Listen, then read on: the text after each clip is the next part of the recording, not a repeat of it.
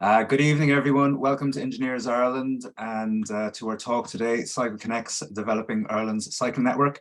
My name is Roy O'Connor and I chair the Roads and Transportation Society, and we're delighted to be co-hosting today's event with the Civil Division.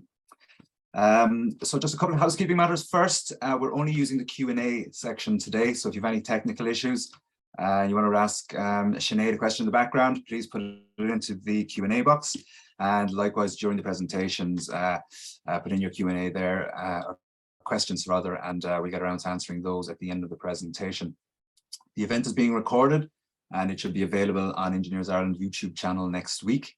And other than that, if you have any other questions, you can just send them through to me on that same one function. Getting on to the main event today, it is CycleConnects, Developing Ireland's Cycle Network. It's being presented by both the National Transport Authority and AECOM, who've worked on this proposal. Over the last 12 months, AECOM and the NTA have developed the cycle network covering 22 counties, 57 urban areas outside of the GDA. So in this talk, they're going to highlight what CycleConnects looks like in terms of how they achieved it and how it aligns with national strategies and policies and so forth.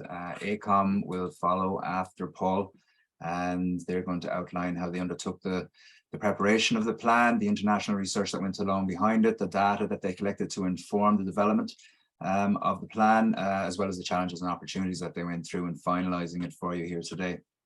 So without further ado, I'm going to introduce our first speaker. It's Paul McGargle from the National Transport Authority. He's a senior program there, and he has been working on this, as we said, with AECOM over the last year. Following that, we're going to speak with Rachel Farrell, who's a graduate engineer with AECOM, followed by Hugh McCarthy, who's their senior consultant. So, Paul, if you'd like to start sharing your screen there. Okay, hi everyone.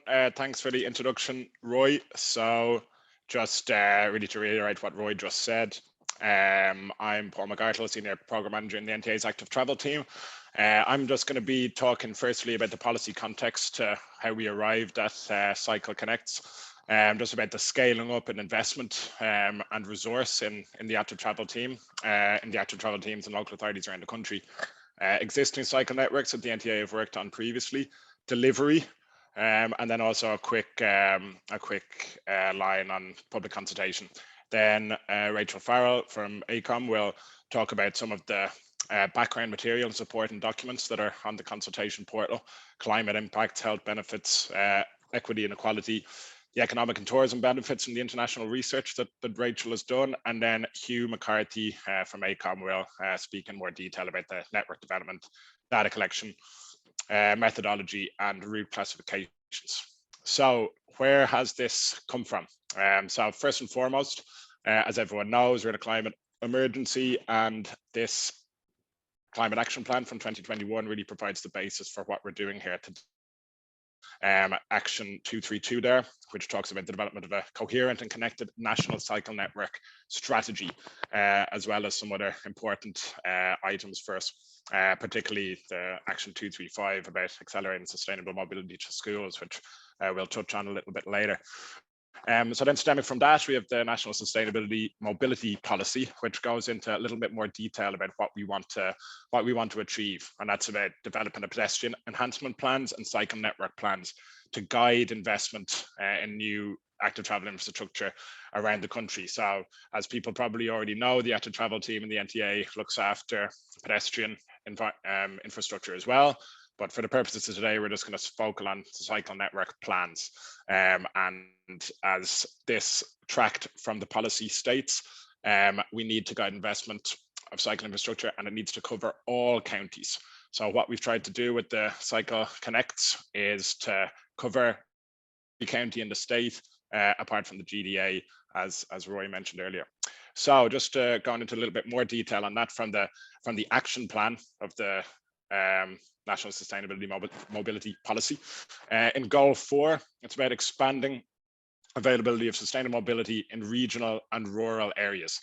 And the kind of two core actions that are relevant to what we're talking about today are number 28 and number 29. So the first one is an NTA owned action, And that's what we're talking about today, to develop and publish cycle network plans for all counties. And the timescales for that is 2023, and we'll speak a bit more about timescales in a bit. And then the second one is for a strategic national cycle network.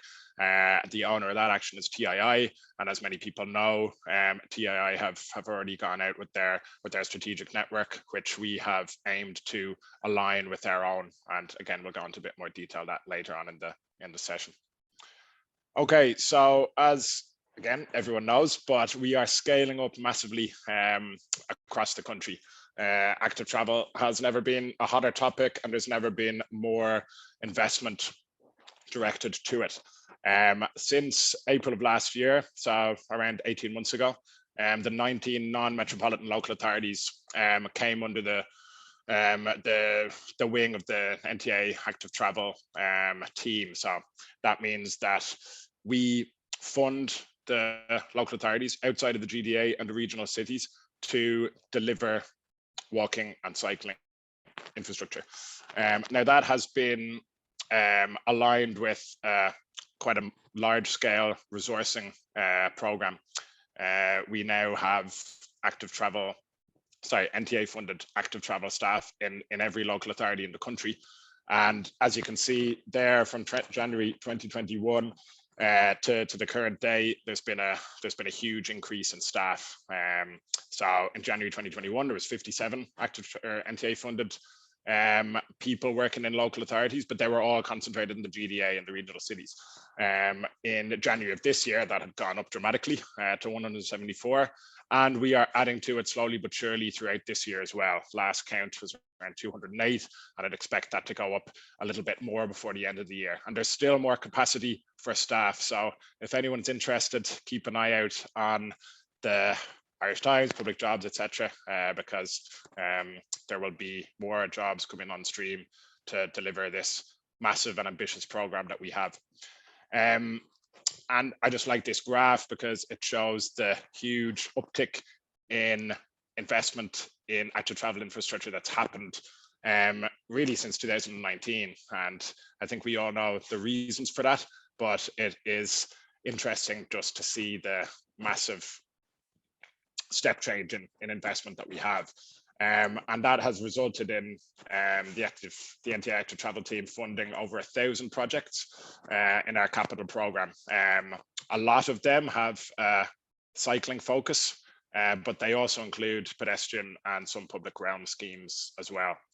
I just wanted to put up this slide too, because some of my colleagues in the active travel team have published this very recently, which is the active travel and STMG bulletin for 2021. So I'd encourage you to have a look at that on our website. Lots of really interesting information on it, but I just think the headlines here are something that we should all be proud of and also build on, because this really is just the start of what we're trying to do. So 92 kilometers of new or upgraded cycle infrastructure was built and opened in 2021. Even more new and improved footpaths. I mentioned about the staff and the level of projects, the huge increase in spend since 2019. And also the large very large scale projects that we have obviously in the last couple of months. Clontarf City Centre has opened. That's I think our highest cost scheme, but there's lots of other schemes nationwide with a similar level of ambition and scale. Also the Safe Routes to School program, which I'll touch on a little bit later as well, which is something that is beginning to be seen on the ground and have a really positive influence on people's lives, where those schemes being opened around their schools or around their children's schools. And again, I think it's always worth reminding just how much we are doing, and a 20-fold increase in the kilometerage delivered since 2019, I think, is a pretty standout figure there.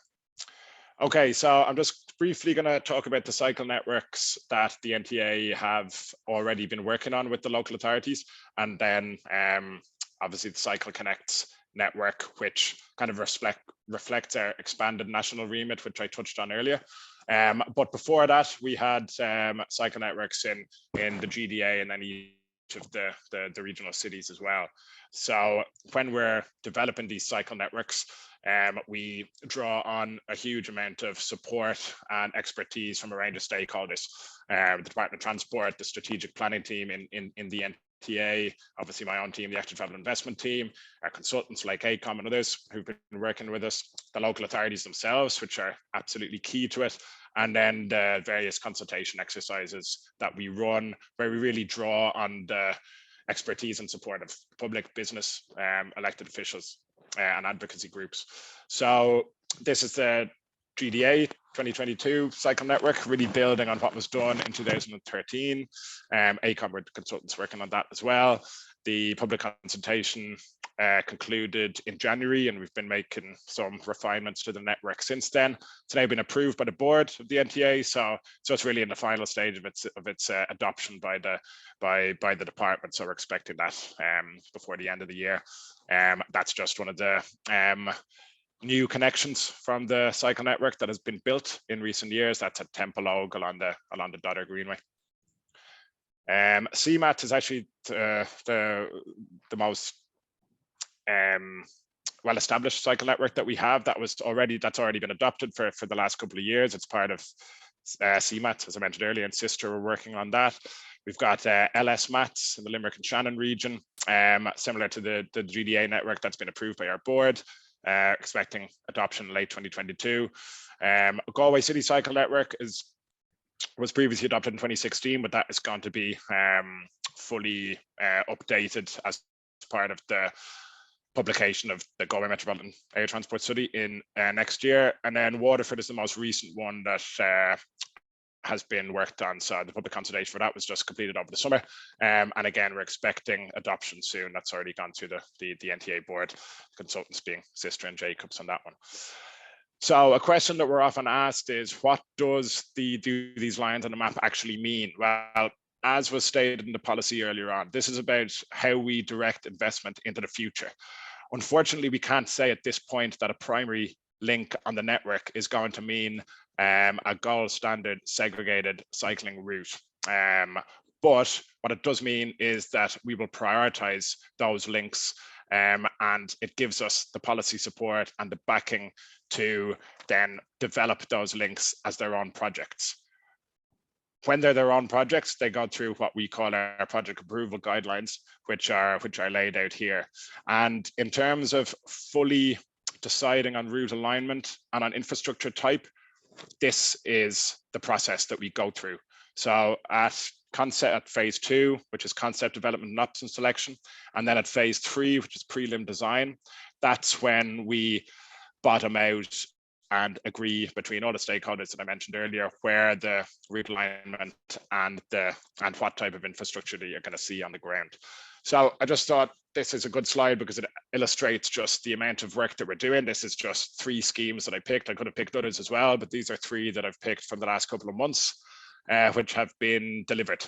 So the first one is on Vode School in Limerick City. Next is Avonbeg Road in South Dublin.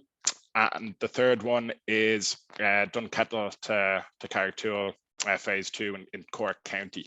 So, and thanks to anyone on the call who's from our Safe Routes to School teams who've we've been working closely with over the past year or so. It's another new program that has been taken forward, in the quite recent past, and we're already seeing, really great benefits to the work that they're doing in cooperation with ourselves and with the local authorities. This is the before and after of a school street in Limerick City, just off South Circular Road. This is Avonbeg Road in South Dublin. Again, really stark difference between the before and after, and also actually it's good that Google Street View has actually been updated in a lot of parts of the country in the last couple of months. So it's great to see the fruits of everyone's labor, and great for before and after shots like this. And there has been an absolutely stunning increase in walking and cycling along this section since it's opened. because just the way I've shared the screen now, I thought I had it set up so that I could reel them off. I can't do that now, unfortunately, so apologies about that.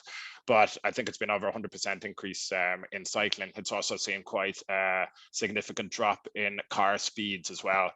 So not only are we doing the projects, but we're also capturing the data and really being able to illustrate the success of these schemes. And obviously that will give us the momentum we need to deliver more. The final example that I mentioned a minute ago is Dunkettle-Cartool. That's the old N25 in Cork County. And again, you can see from the before and after pics just the dramatic improvements in terms of the quality of service, both for cycling with this direct line and for PEDs as well. So yes, I had one more slide on the consultation, but I can get back to that later on. So I'll just hand over to Rachel now. Thanks. So there's 5 reasons that we identified why a wider cycle network is needed in Ireland. The primary one being the climate impacts and benefits that we will experience, then the health benefits to women, children, and the older population in terms of equality and equity, then the economic benefits and tourism benefits. Next slide, please.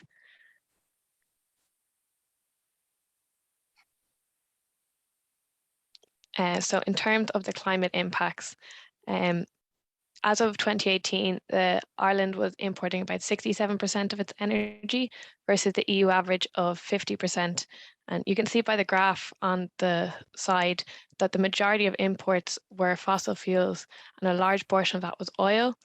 All of Ireland's oil is imported, with the majority of it being used in the transport. This oil accounted for 4.3 billion worth of the 5 billion euro of imports that year.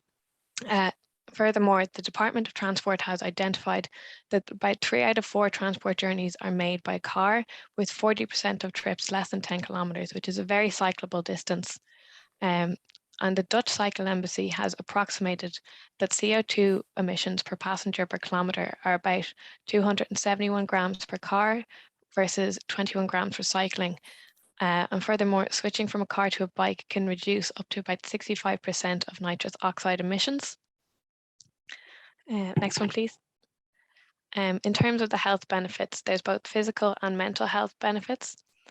So cycling can lead to increased happiness and reduce stress. The Cycling Ireland Big Bike to Work poll found that about 66% of respondents felt happier after cycling, and 56% of respondents felt calmer. To further this, the World Happiness Report ranks Finland, the Netherlands, and Denmark as in the top 5 happiest countries, each of which have quite high figures of cycling, with about 34% of trips in the Netherlands being taken by car and 44% of trips for work and education in Copenhagen being taken by bike. Physical benefits include cardiovascular fitness, increased strength, flexibility, decreased fat levels, and improved sleep.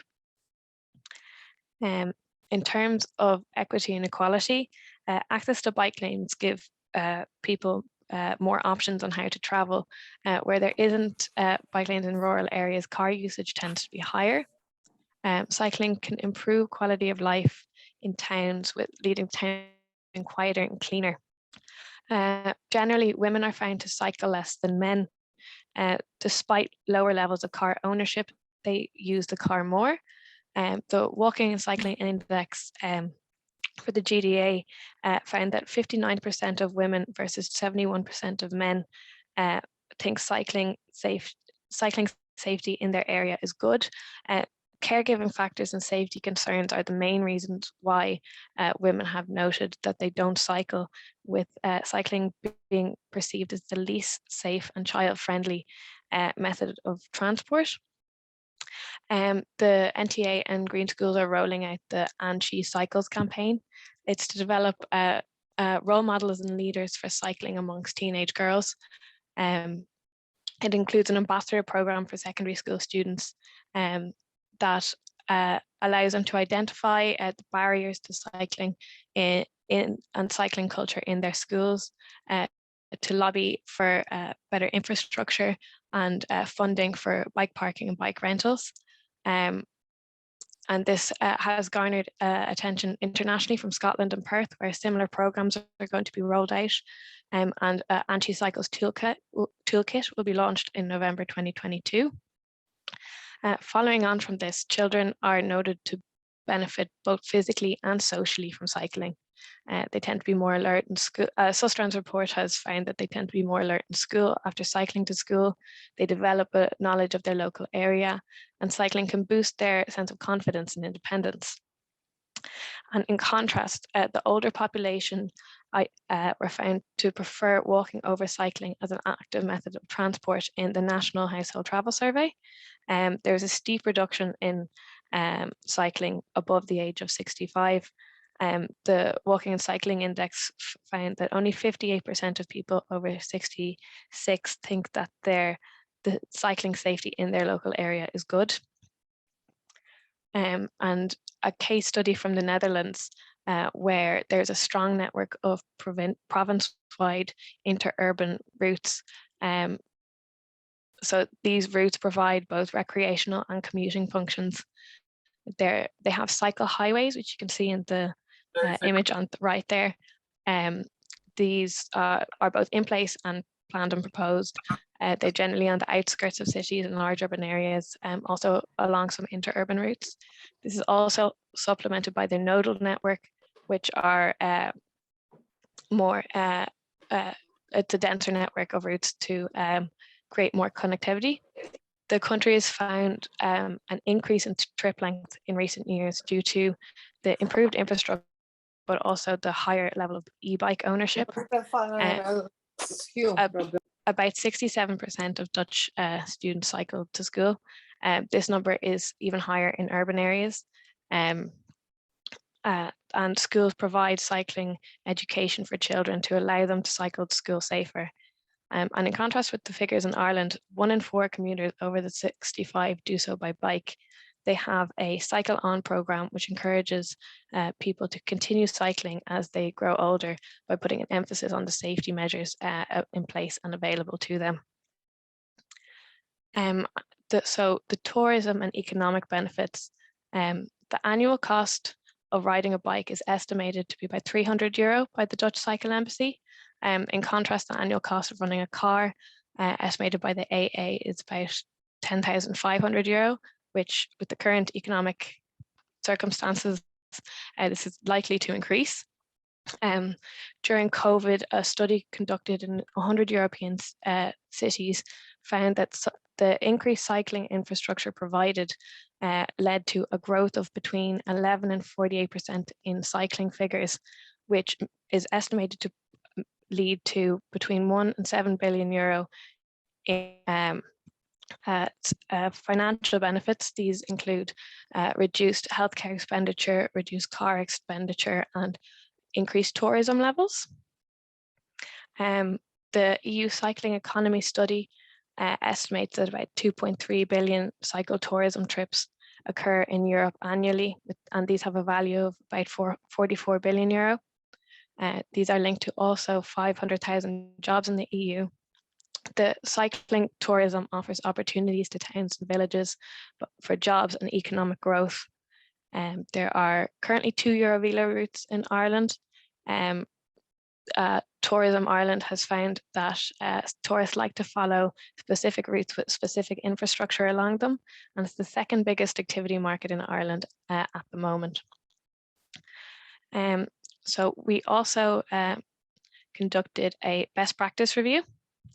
We want to look at how comprehensive a network should be. We did this by looking at the principles of sustainable safety, the 5 needs of a cyclist. We looked at other networks in other countries such as the Netherlands, Denmark, England, South Korea. We wanted to identify should we be using motorway or rural roads, the gradients used, and generally how many route categories there should be. So looking at Denmark, Denmark has about 11,000 kilometers of routes and 5 route types. These include primary routes, secondary routes, recreational, catchment, and then traffic and recreational routes.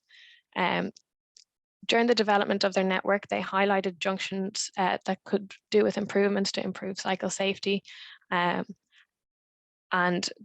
which was part of their cycle strategy, which focuses on 3 elements: everyday cycling, which includes cycle superhighways, filling in missing links and shortcuts for cyclists, active holiday and leisure cycling, which is recreational routes and signage, and then, as mentioned, the security and safety for cyclists, which focuses on safe roads and paths and cycling awareness campaigns. And then looking at the Netherlands, again, there's about 37,000 kilometers of routes in the Netherlands. They focus on four main principles of cohesion, directness, safety, and attractiveness. There's multiple connections and options on these routes, which is included in their nodal network, which has about 89,000 nodes with a number between 1 and 99 that is clearly signposted to show what route you're on and allow for easier navigation, and multiple connections and options. They have a 3-tier structure, which is their basic structure, so their essential routes, their main cycle networks in their urban areas, and their bicycle highways, previously mentioned, which are the main rural routes. So the lessons we took away from observing these countries, along with other ones such as New Zealand and South Korea and England, we found that the best routes were not necessarily the most direct routes due to gradient traffic levels, multiple reasons. We found the quieter roads were preferred over routes running adjacent to high-speed roads and motorways. We found that highlighting junctions as well as links was an important feature of the network development. Signage and route numbering is important for navigation of the network for cyclists.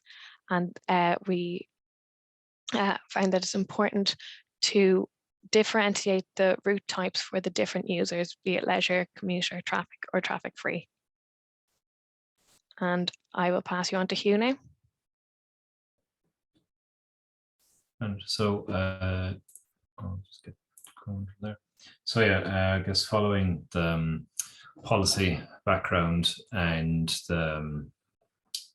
the international review research done by Rachel and Paul there, I guess just how we actually set up the project. So I guess originally we looked at GDA network. So I guess to just run through how we put together the network. Essentially, we're tasked with putting together a cycle network for the 22 counties outside the Greater Dublin area. So in 2021, we updated the cycle network for counties Dublin, Wicklow, Kildare, and Meath, making up the GDA. So effectively, we just had to fill out the rest of this area in the country, excluding Northern Ireland, obviously. And I guess the main theme of the whole network development was it had to be comprehensive, like no obvious gaps, making sure as many people in the rural and urban areas in Ireland were connected to a network. And I guess our focus was on to connect communities and destinations in each county.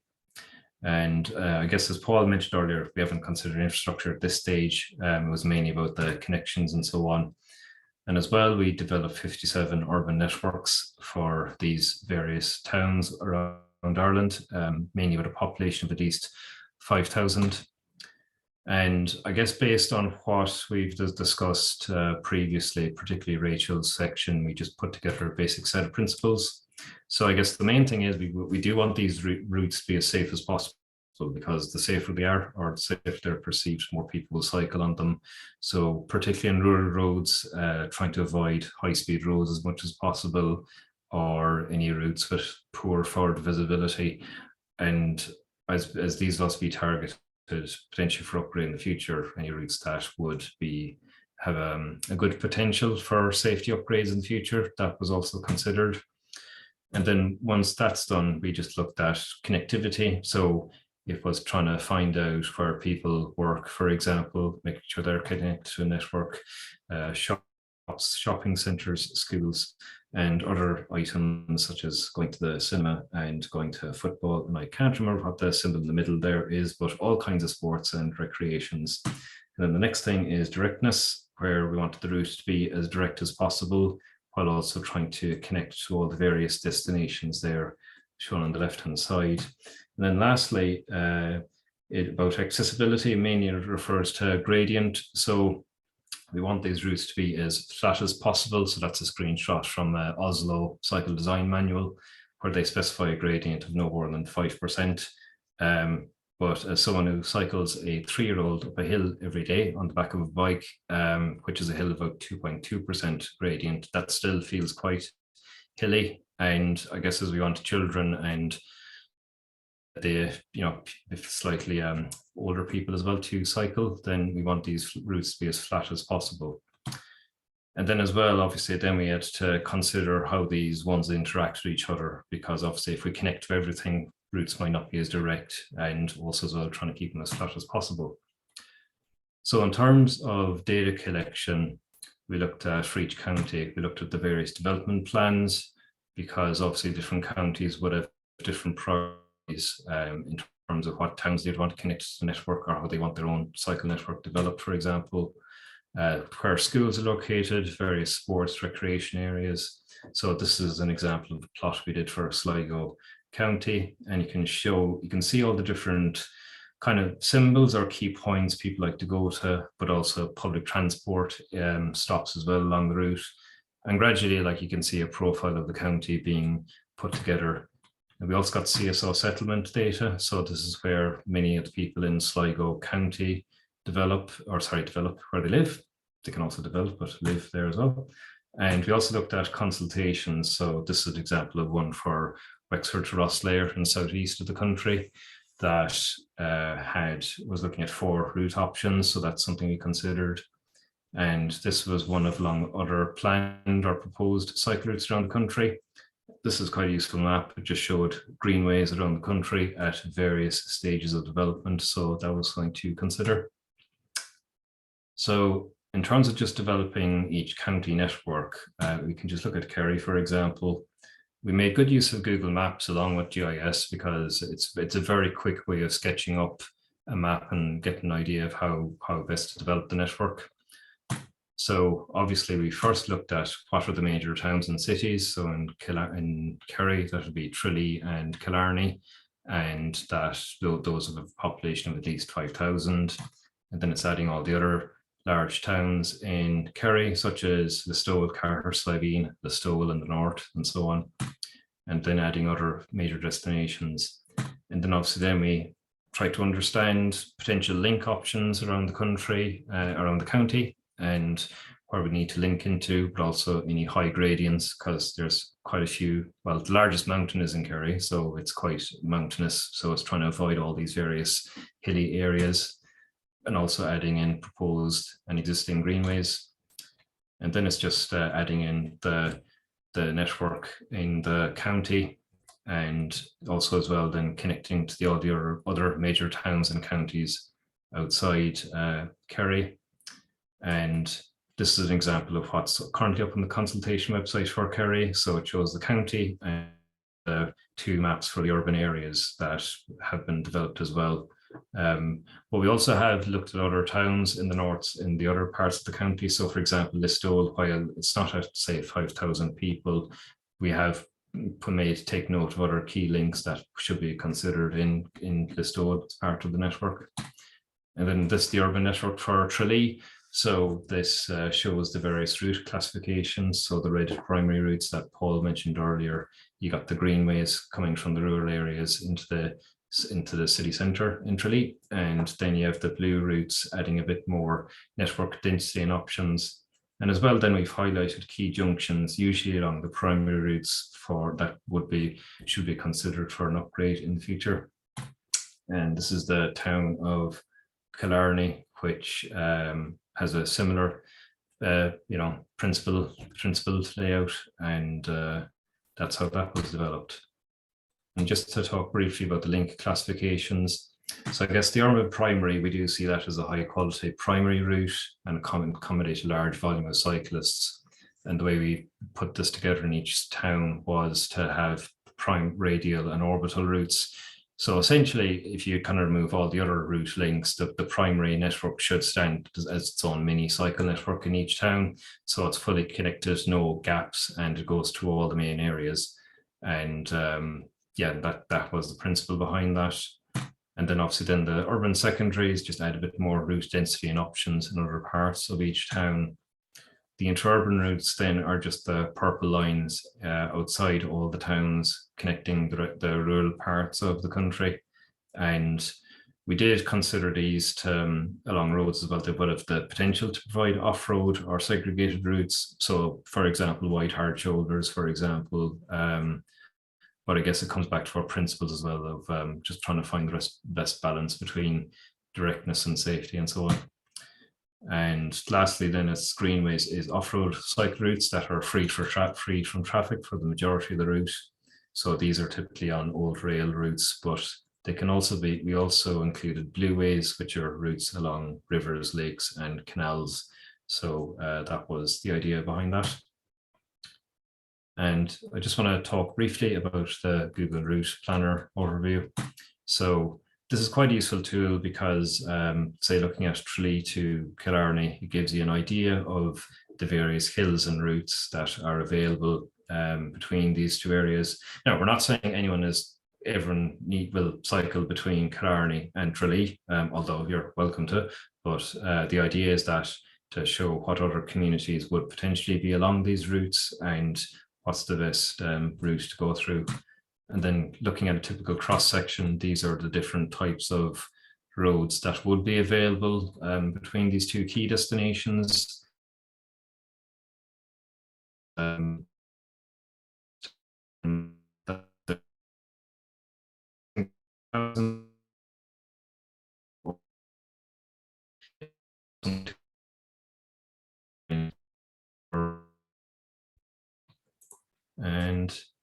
so as well, we had useful input from the local authorities. So we contacted them at the start of this year, asking them for various information, such as existing cycle routes or proposed cycle routes they had in the country, or any GIS data they had. And once this was worked into our initial draft maps, we held workshops with each county council, and that was quite useful because just helped to refine them and add improvements as we went. And then we sent these to the local authorities in August 2022, just for their final comment. And it's an ongoing conversation because, this is the first step as part of developing a very high quality cycle routes around the country. So it's ongoing. Just we'll talk briefly about the TII network. So the TII network shown in blue here is a high level 4 kilometer wide corridor, and obviously it's an AECOM project that was also worked on. So we made sure to take note of what was shown there. And obviously as the CycleConnects routes have a more specific line route, particularly you can see the purple route going through the TII corridor through here. It was a bit more specific, but we did make sure that it was in the same region as the TII network. So for example, to make sure that they're overlapping and we don't have too many parallel routes. So we did have regular updates between AECOM teams just to discuss that, how they're being developed. And also as well, you had monthly workshops between the senior leaders in TII and NTA just to make sure that the routes were developing accordingly. Because I guess we all want we both have the same goals in terms of developing cycle routes and trying to get as many people cycling in the future. So it just made sense to keep talking about that. So just on the final observations of where we're at. So we've worked on this for, well, just over 12 months at this point. So we had the GDA network, as Paul mentioned at the start, along with the cities of Waterford, Cork, Limerick and Galway. And then we added in extra data such as the CSO settlement data, employment data, schools locations around the country. We also took note of the TII network just to make sure that they were complementing each other's networks. And that's what's been developed for each county and is on the consultation website. And I guess for many counties, it's kind of like the first comprehensive cycle network in each county, and it just helps to kind of give a good overview of what it could look like in the future. And it's based on, I guess, the potential proposed network. It's not based on, it then will be used to inform infrastructure upgrades in each county in the future. And I guess some headline stats, it's 57 urban networks, of which over 1 million people will be connected to outside the Greater Dublin area, and also includes at least another 200 towns and villages directly on this network. And it features over 20 greenways or blueways. And when you combine with the GTA, what you see on the map here is 24,000 kilometers worth of cycle routes around the country, and as along with 866 junctions to be upgraded. But you're welcome to count, and we're open to a correction on that figure. The consultation runs until the 11th of November, and that's the website there. So you can look at various PDFs of each county, and you can also read the background information that Rachel mentioned earlier on that. So I guess while we can go into questions, I'll just play this video here, and hopefully this will work.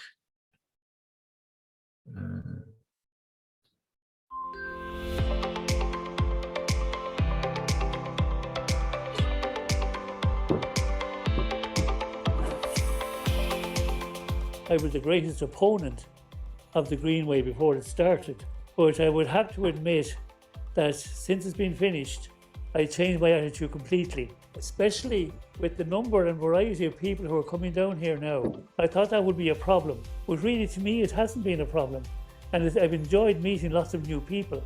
With the mobility scooter, I was able to come in previously through the kissing gates, as they call them, but it's that much easier without them. You can just drive straight in and out now, no problem at all. For us, I suppose we've noticed that more people are coming off the roads and using the Greenway for cycling. So it's safer for them in terms of being off the road as well for cycling benefits. I see more people on roller skates using it, and children, and everybody's using it.